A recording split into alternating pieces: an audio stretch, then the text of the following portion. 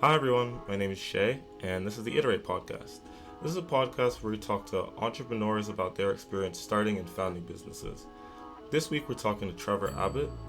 He's the founder of SpinChill and part of the team of Admiral, a visitor relationship management company, which is something he'll explain. But he's a pretty cool guy, really experienced and kind of has done a lot in entrepreneurship. So I think that he has a lot of good advice for people that are trying to start their own thing. So yeah, hope you guys enjoy this episode. All right, so I have heard a lot about you, like plenty over the past couple of years. I feel like your name is always coming up as like the guy that did SpinChill and all this stuff. So I guess first, if you want to talk about like what you do right now at Admiral and how you got to Admiral, and then we'll like zoom back and how you got started in entrepreneurship and all that. So yeah, Perfect. Like what is Admiral? What do you do at Admiral? Just like some context. Yeah, so I think it'll probably make the most sense. Let me kind of start with the genesis of Admiral and how we came to be as a company, and then how I got involved. So Admiral started officially in, I think it was 2015, I believe. Right. It's been running for about 6 years now. But the team had originally started working on building some of the topics that we're working on now at a company called GrooveShark, which was a big high flyer in Gainesville. A couple fun facts about it. GrooveShark was actually larger than Spotify when Spotify came to the US market, because Spotify was a Swedish company that then came over to the US and is now a $40 billion company or whatever huge. They are. GrooveShark was actually larger than Spotify at the time. They got into a bunch of issues with record label companies and lawsuits and stuff, but the core tech team there ended up pulling together after GrooveShark dissolved and started building the original products for Admiral. At the time, it was all focused around ad block recovery. So, 30%, I'm sure you use an ad blocker on your computer. About 30% of the internet uses one now, but that poses a big problem with the internet business model, because 9 out of 10 websites that we all go to are ad supported, right? And so if we're not seeing those ads, then they're not able to generate revenue off of us as consumers. And so, there's not many companies in the world that can survive with a 30% shrinkage, but that's how the internet has evolved. And so the core tech team from GrooveShark stuck together, built the original prototypes for Admiral. And then about 6 months into that, I was actually, so what we do at Admiral now, bring that full circle. We started out just doing ad block recovery for publishers. So, about a $35 billion a year industry right there. And then as we started diving deeper into that topic and working with more and more digital publishers, and when I say digital publishers, you'll hear me use that term a lot. All that is somebody who creates content, publishes the content online, whether it's video, audio, written stuff, it doesn't matter. And then they monetize that either off of subscriptions or email newsletters or off of ads. And so Admiral has built a platform that we call a VRM, or visitor relationship management platform, where we manage that whole end-to-end visitor journey for publishers. So whether it's ad block recovery or subscriptions or email collection or user authentication, there's a mix of different topics that we do. We've built a single platform that publishers can install on their site and then manage that entire visitor journey. And so that's what we do now. And we're working with some pretty big names. CBS is a client, NBC is a client, News Corp, Hearst newspapers. So we've got like 3 of the top 5 publishers in the US now that are partners. It's been going great. So, but how I got involved, so the 4 founders of Admiral pulled together, all tech guys, all product guys, very, very smart. I had known them at GrooveShark, and at the time I was actually on the board of GAIN, the Gainesville Area Innovation Network. Before Start GNV, right? Exactly, yeah. That's what Start GNV was born out of. But I was on the board of GAIN at the time, and we used to hold a pitch competition every year. And I remember the 4 founders had pitched me the idea for Admiral, and they didn't win the pitch competition. They're super smart guys, not the best at pitching. And too technical, no, super smart, but yeah, got very, very technical very quickly. Right. And they're like, we don't understand all the which as an engineer, I appreciate it. Oh but yeah, of course. I also didn't really understand the industry at the time. So anyways, they did that, and they were trying to get the company off the ground and running. And then they hooked up with Dan Rua, who's our CEO at Admiral. Dan and I have been good friends for a long time. Actually, originally met through Gain. We were both on the board together, and then used to speak on panels quite often together to different entrepreneurship groups and classes at UF. Because Dan's background, he was a venture capitalist for 25 years, first investor in a bunch of early stage tech companies. And so anyways, so him and I had been acquaintances, and he connected with the guys from Admiral, the 4 founders. They went and raised the seed round for to get the company launched. And when they did that, then Dan approached me about coming on to help build out the business side. And so my role at Admiral, and I've been there actually just over 5 years now, so pretty much since the inception. And my role has been primarily focused on building out our sales team and partnerships team. So I work directly with the publishers, bring them on, help them do strategy work, all sorts of different things. Awesome. So, okay, question, because I know that you studied mechanical engineering at UF, correct? Yep. But then you kind of ended up now in, working on business at a software company. So I guess, as someone who studied engineering, I guess this could be like a good foray into like giving some of your background, just like how you got here, but like, how did that transition kind of happen, going from being, heads down in making engineering, engineering, and then moving to doing like the business side of things? That story for me probably starts when I was a kid. I come from a family of entrepreneurs. My dad had a tech company in the early 90s, went through the dot-com bubble. And then my stepfather, he's had his own jewelry store for 40 years in Newport Richey, in our hometown. And then aunts and uncles all own their own businesses too. And so I just kind of grew up around the concept of like owning your own business. And that was always very attractive to me. But I had decided, I can always learn business. And I think I learned a lot from my family, but engineering is one of those things that it's, you can definitely learn it on your own, but the value of learning that through a university, I felt like was more powerful. Oh, for sure. And so did mechanical engineering at UF. And then we had started SpinChill. I had started with my partner, Ty Parker. At the time, he is also a mechanical engineer from UF. And we had started that. And then as him and I were building the company, I took over more of the business role. And he's just a phenomenal engineer, one of the best I've ever worked with. And so he just kind of naturally took over more of the technical role and production role at SpinChill. And so that just kind of, I guess I fell into it from that, and then just kept building on it. And then when Dan approached me with the opportunity to work on the business side at Admiral, obviously I'm not a software engineer. I can understand code to a certain degree, and I'm dangerous, but not enough to do the sophistication of products that we're working on. So I personally found the transition really easy. I also found that for me as a person, I enjoy human interaction a lot more. And as an engineer, you usually don't get a ton of human interaction.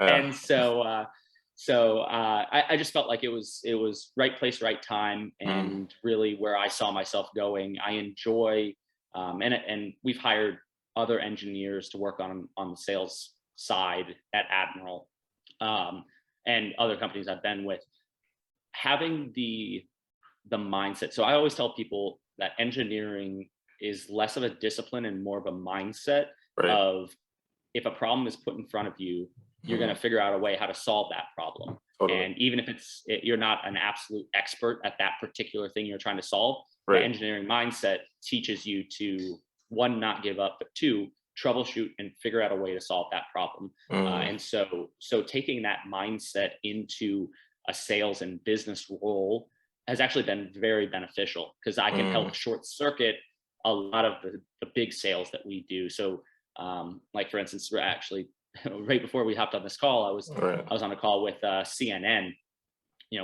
large company, one that we've been trying to work with for a while, and they were having some technical issues, and so I just hopped on a phone call with them and troubleshot it with them and got it all sorted out. So it's nice that I don't have to pull the product team in, waste their time on development. Can use a lot of that methodology and thinking from engineering to troubleshoot and work through that stuff. So I actually appreciate the transition a lot. And again, for me personally, I enjoy this side of the whole business world much more. Awesome. So then, I guess let's go back a little bit to like your time at UF, because it sounds like even though you kind of had a pretty solid base and understanding in entrepreneurship from the way you grew up, it sounds like your first, projects where you were really getting your hands dirty were at UF. So what was that like, not just starting SpinChill, but also kind of getting involved with like entrepreneurial community at UF? Yeah. So I had started to get involved with the community prior to starting SpinChill, and then the community is really what helped us spur SpinChill and launch it. But initially, it was just this desire to understand what people were working on and then how they were building those companies. Because even though I did grow up, in a family of entrepreneurs or small business owners, was never around the like high tech industry, if that makes sense, the software industry.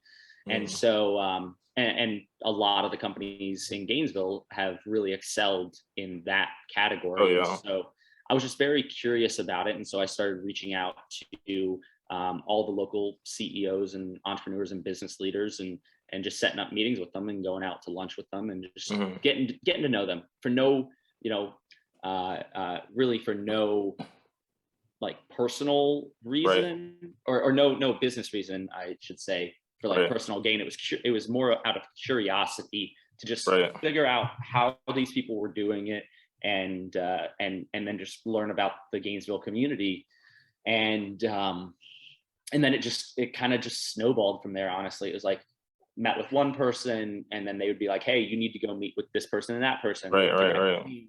And it just kind of kept building on itself. And then that was when I met up with Augie and a whole group of other entrepreneurs in Gainesville.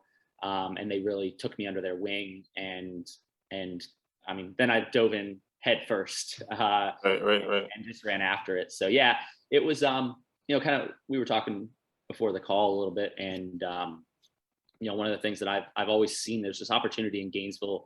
You have now a top 5 university in the nation, insanely brilliant people. There is also, I think there's a part of the Gator Nation DNA that is built in with innovation and pushing the limits on things, right? If you look back at the history of it, like, Gatorade was created at UF. Gatorade's massive, multi-billion-dollar brand now, right? It was all started at UF. The co-founder and CTO of NVIDIA, Chris Malchowski, is a Gator grad, right?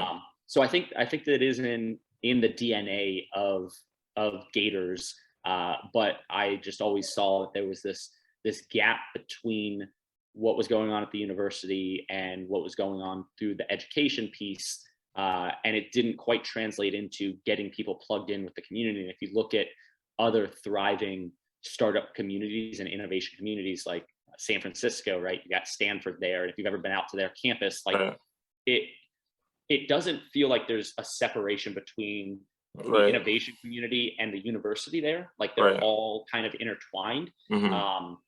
And so one of my curiosities was trying to figure out, okay, at UF, we have everything is ripe and perfect to create that sort of community and really foster massive innovation. But for some reason there was the disconnect, right? So I think, as students, unless they take it upon themselves to dive into it and learn themselves, then it's a little bit tougher. But I also don't know if that's necessarily the fault of the university versus that's part of what entrepreneurship is too, right? You have to like stick your neck out there and go out on a limb, and there's no playbook for it, right? Like you can't hand somebody a playbook and be like, yeah, no. This is how you start a $1 billion totally. company, right?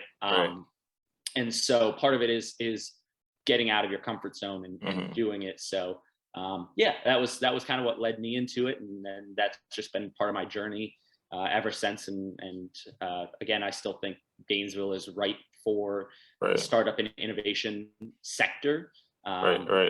And if students want to get involved with it, I mean, everybody in the community is more than willing to give time and their experience and connect. I mean, it's not very often that as a university student, you can reach out to the CEO of, like Sharp Spring, for instance. That's a good example. They just sold for 240 million or something. Like that. They're a public company. Doing great. And it's not very often that as a university student, you can reach out to the founder and CEO of a company like that, and he'll take, he'll respond and take for sure. And that's the same with, there's a plethora of companies that are at that scale in Gainesville. And again, if you reach out to them, then they'll take the time. Totally. Yeah. The Gator Nation is a real thing. That is one thing that this journey has taught me. You always see it on the screens, and it's great hype screen. Go do this, part of the Gator Nation. I'll tell you, being in business and building, especially Admiral, that is so true. And it is crazy that everywhere I go, I was just in a conference up in New York City this past week, and was chit-chatting with this guy. I had my Gator alumni socks on. I'm a big sock fan, and so I had the Century Tower socks on. And he saw them and made a comment. He's like, "Are you a Gator?" I was like, "Yeah." I was like, "We're actually based out of Gainesville." And like instant connection. Oh yeah, He gave me his number, and he's like, "Man," he goes, "if I can ever make connections for you, do anything for you, let me know." And it instantly breaks down that barrier. I mean, the president of the largest publishing company in the world is also a Gator grad. He when we first started Admiral, I found that out, and I reached out to him. Who didn't need to be talking to a 20-something-year-old sales guy from a tech company, but took the call purely because of the Gator connection. So the real deal. Yeah. So I guess along that same vein of the whole networking and meeting people side of things, I'm friends right now with Kyle and blanking on his name, Michael, founders of Launder. They're doing great things, but they're in the Hacker House, and they kind of talk about it as this fable thing. I know you were involved with that, so I guess what kind of connections did you make out of that? Because I'm like all the like the mentors and everything of the Hacker House for like super big names in Gainesville, just for like all that they've done for entrepreneurship and stuff. So like, how do you kind of get involved in that, and like how did that kind of help you, I guess, build community in town? I mean, so SpinChill came out of Hacker House. That was the first year that we had done it. Augie and I had I think first met just at a bar or something, or he used to always do startup hours too. And it was something that I would just go to on a weekly basis or monthly basis whenever we'd have them, and just got to know Augie really well. And then it was through Augie and I building a personal connection to each other that then, he kind of pitched the idea to Hacker House, and I was like, that sounds like a crazy idea, but I'm all on board for it. Let's go. And so had set it up, and again, it's one of those things that just kind of snowballs, right? And if you obviously have to prove yourself and prove that you bring value to the community and to the people. But if you do, then it's one of those things that just adds and compounds on top of itself. One person will then introduce you to two more people, and then those two people will introduce you to two more. And so just through really community building like that, and like I said, the resources that are there and available are vast, and the experiences are massive. But Hacker House was very pivotal for my personal story, and really spurring that community and getting involved with everything. So, All right, awesome. So then, I guess something that I'm kind of curious about is you did a lot of, meeting people and networking and kind of getting involved in the community. Were you always kind of good at that people part of business, or is it something that you kind of learned over time? Yeah, I would say that that's something that does come a little bit more natural for me than for everybody. I believe that that's a skill that can absolutely be learned, though. Right. It's for some people, it's not as comfortable. Again, for me, I truly enjoy people and people's stories, Right. and learning and just trying to soak up as much knowledge as I can. And so, Right. yeah, for me, it came a little bit more natural. But I've advised quite a few startups now in Gainesville and outside of Gainesville. And that's one thing I always tell them is like, look, you may not be the best at it. You may not be comfortable with going out there and meeting other people and talking to Right. them, but it is very important, especially early on in a company, just to get people's experiences and get their insights into stuff, right? Ask questions, be curious. Totally. So yeah, for me personally, it did come a little bit more natural, but again, I think it's a skill that can definitely be learned and honed in over time. Right. It's awesome. So then, I guess one of the questions I have is, like you went through all these experiences with entrepreneurship while you're at UF, and then you ended up at Admiral. But you started there when it was we're like at pretty much zero. What has that process been like of scaling? You know what I mean? Yeah. I feel like with a lot of people starting, small businesses, that's not really something that they have an experience with. Like, what is that process like of building a company to be, large? Build it to scale. And there's a couple. We'll probably take this conversation in a couple different directions. Right. One direction being like the internals of a company and how you scale a company personnel wise. Right. Culture. Right. Yep. Yeah. Luckily, I mean, the culture at Admiral has been very intentional. Right. And we're about, somewhere between 25 and 30 people at the company now. Right. And yeah, like you mentioned, I mean, when we started, it was basically $0 in revenue and nothing. And now we're much larger than that. So internally, I think culture as you scale should be intentional. And everybody does it a different way. There's a bajillion books out there about it. It's definitely one of those things that what I've seen is that the more you do it and dig into the topic, the better you get, just like anything else, right? And we're very, very, very fortunate as a company to have Dan at the helm of it, because he's done it so many times, right? So for him, everything is very intentional and on purpose, and we've been able to keep very close, good company culture because of that. So yeah, internally, that's important, very paramount. And the other thing I would think about that, because it seems like there's been a disconnect at times where people worry too much about culture, right? And then especially in the startup world, there was like, of course, building company culture. It's like, you have to build a business first, be intentional. But without the business, totally, culture doesn't matter. Right? Yep. You guys can all be best friends, but if there's no revenue coming in, exactly. Totally. Yeah. So I think that's a little bit of a balancing act. First and foremost is get money flowing in through the door. Prove that the business that you're building can actually generate revenue, and then as you're doing that, company culture definitely comes from the founders and leadership down.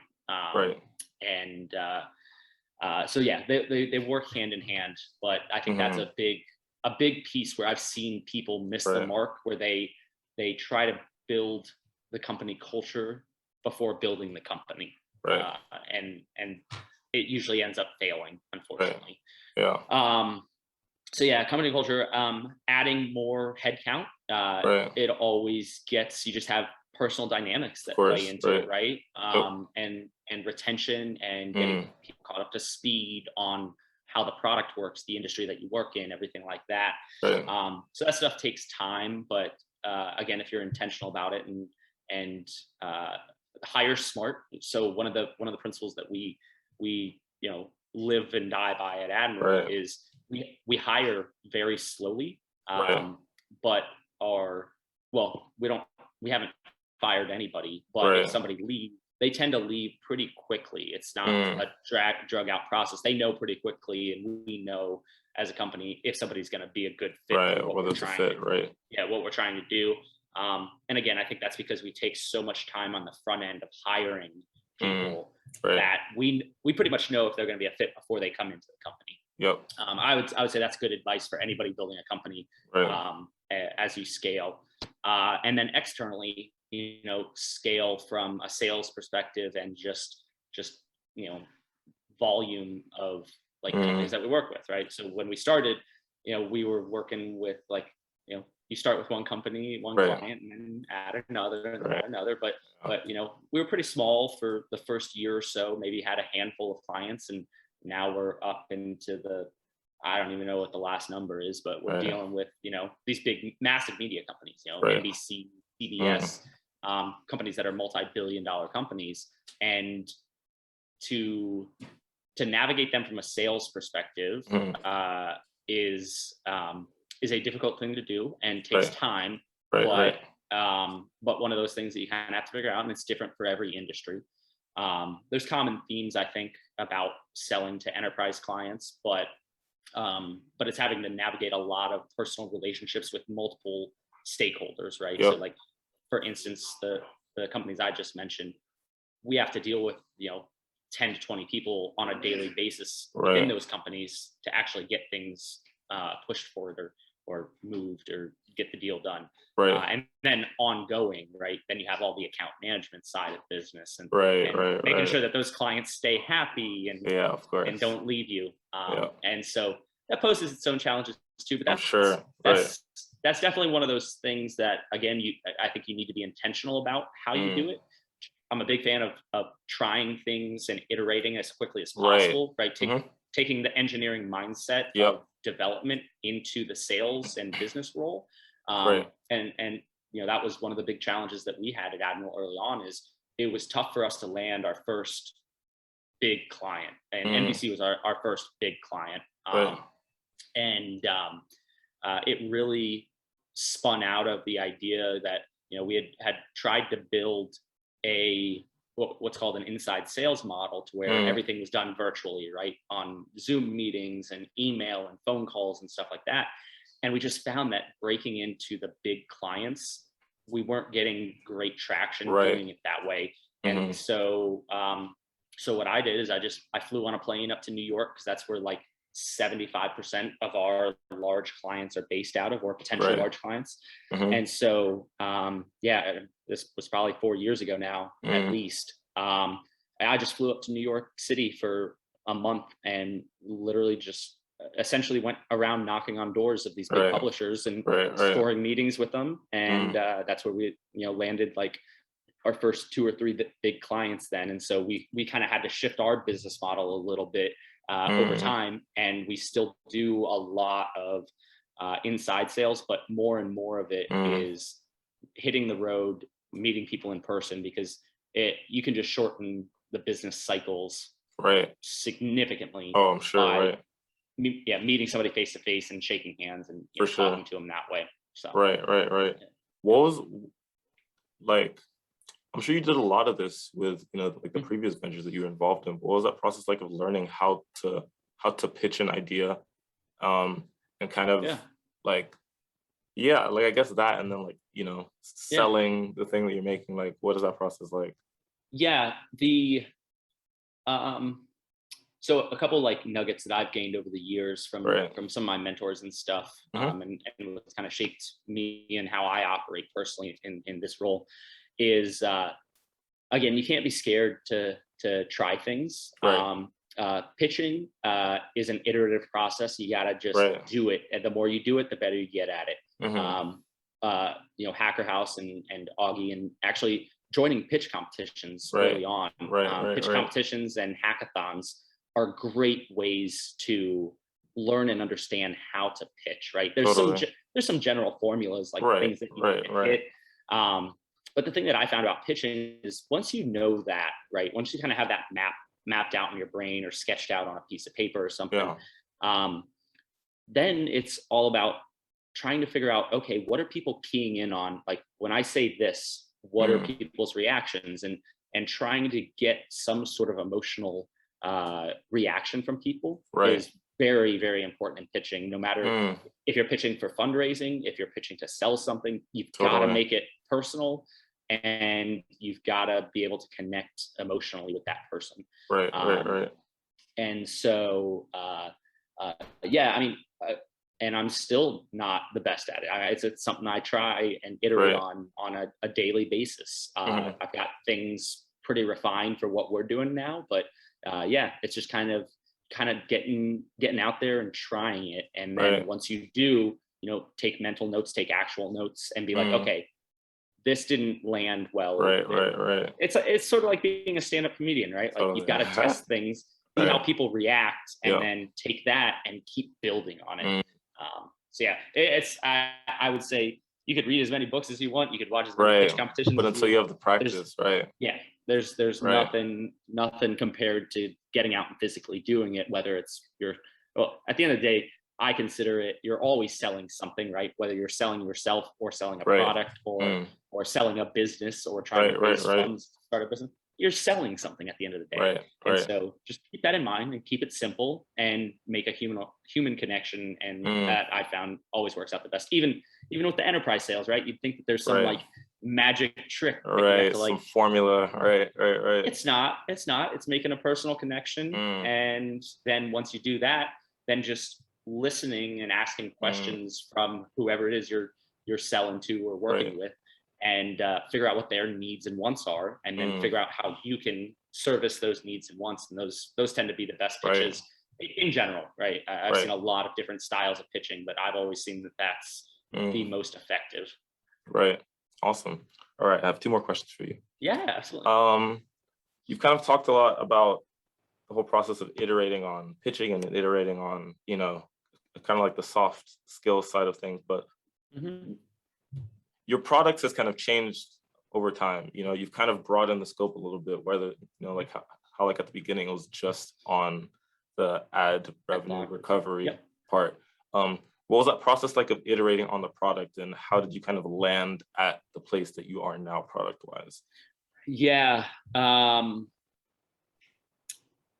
A mix of different things. That's not a super black and white question. It's constant iteration. We're still iterating and building. Yeah.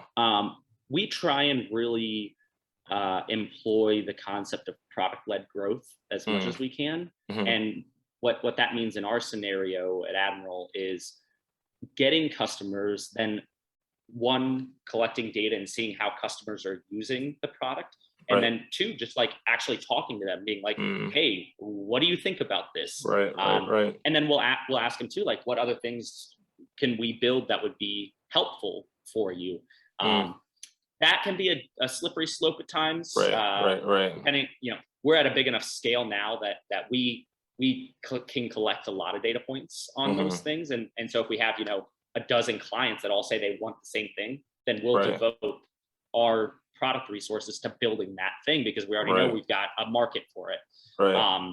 But the reason why I say that can be a slippery slope is if you don't have enough data points on it, right? You might have 1 or 2 customers, and I think it was Steve Jobs who, there was like a famous quote that he talked about where he said that people don't know what they actually want. And so if you give survey questions, you're going to get a mix of answers. And the crazy thing is, I mean, we should look at their actions.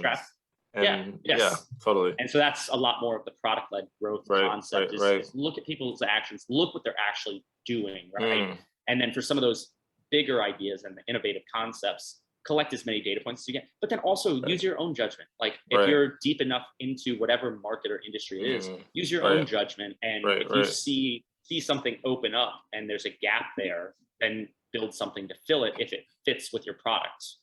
Right.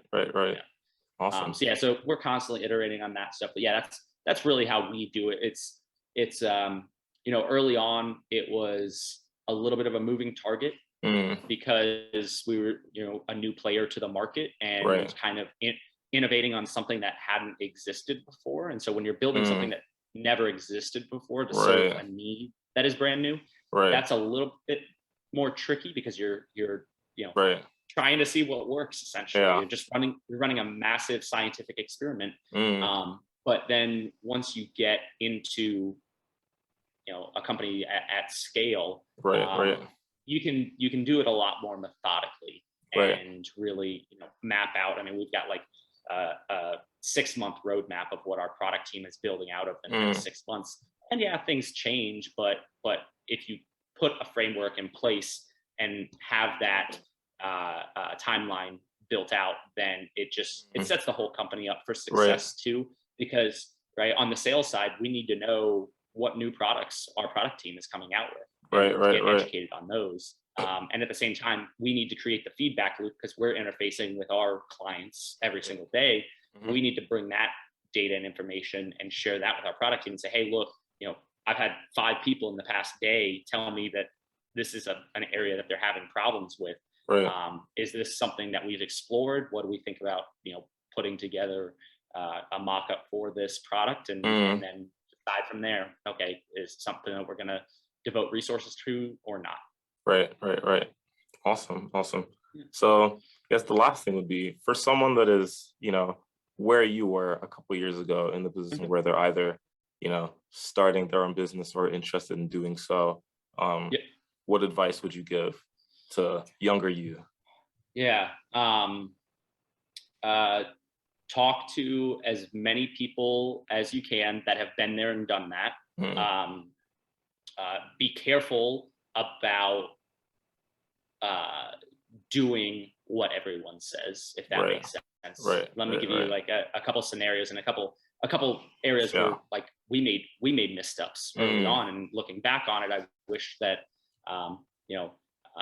would have made a little bit different decisions. And I'll give you some specifics on that, but in general, if somebody's been there and done that, then the likelihood of you getting a good answer from them is much higher versus just there's a mix of like gurus or people that speculation that they know, and they're willing to get. Everybody wants to give their advice, right? Of course, but it can be dangerous there because if they haven't done it, right, they haven't put their neck out there and taken that risk before, they don't know where the potential missteps could be versus somebody who's gone through it and made some missteps, and they can say, look, I've done this before. I've seen this exact scenario. This is what you should probably do. And so, I'm always a big fan. Get as much feedback as possible. Talk to people that have been there and done that. Don't alienate people in general. And then, all through the way too, it evolves, right? Mentors of mine in the business world have evolved over time because early on I was building my close network of people that I would call on a daily basis and just, go through problems that we were having to try and build a physical product. And it was like, they were really, really good at the inception and building of a company, but not necessarily great at scaling a company. And so as it evolved, right, and then as we've evolved Admiral, you just start picking up different mentors along the way, right? Like now I interface and spend a lot more of my time asking questions or advice of others from people that have already built companies to scale, right? Because they've been there and done that. They've seen what can go good and what can go wrong. And so, it's a constant evolution in that sense. But mentorship is probably the best way to short circuit that, in my opinion. Most people I found are very receptive to giving mentorship about, a mix of different things. And then, and so part of this is pulling from my experience too. So like, for instance, at Admiral, or not Admiral, at SpinChill early on, Ty and I we're just growing the company together and starting to expand the team a little bit. And, we made some mishires early on, and it cost us a lot of money. And it was purely because of contract negotiation that we had gotten into.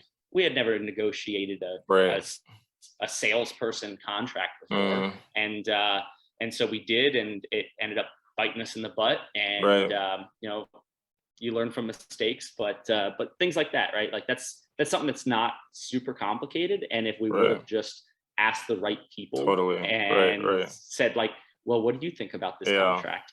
We probably could have stopped that from happening. There's something that But you don't have to learn from experience. You can just take. yes, yeah. Right. Yeah, any of the ones where you lose Right. or lose or spend Totally. Right. six figures or more. Yeah. Those are Probably the not mistakes worth that trying it out yourself. yeah. Take that one from my experience. I'll Right. share that with anybody that's listening. Yeah. Right. Try and short circuit those whenever you can. Yeah. Yeah. Let me think. Other good advice.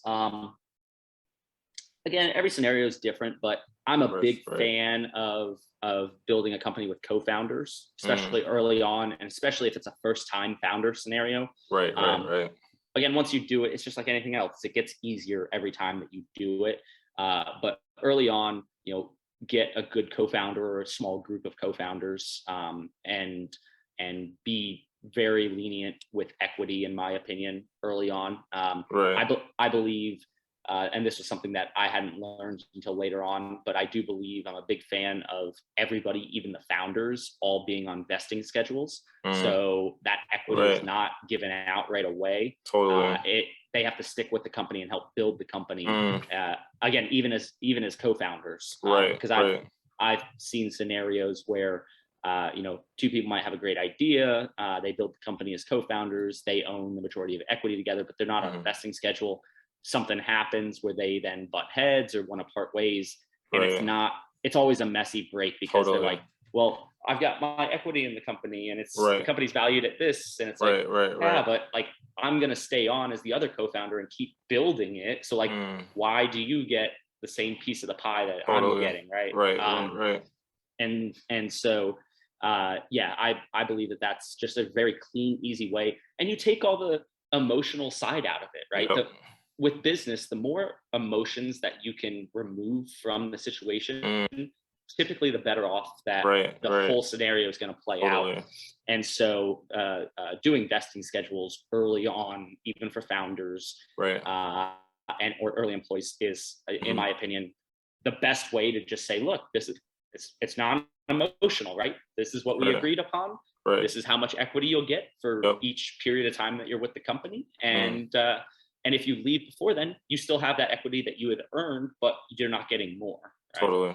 Yeah. So that's a little bit more on like the structural side, but I think that's a big piece that a lot of people don't talk about necessarily. And just something that I've personally seen work good and bad. So Right.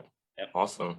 Well, I very much appreciate you taking some time out of your day. I think that was awesome. Of course. Yeah, super informational. Thank you for checking out that episode of the Iterate Podcast. We appreciate you listening. You can find us on YouTube at the Iterate Podcast. You can find me on Twitter at wadboy_. That's WADBOY_. On Instagram at wadboy. That's WADBOY. And I hope you guys tune in for more episodes. Appreciate it.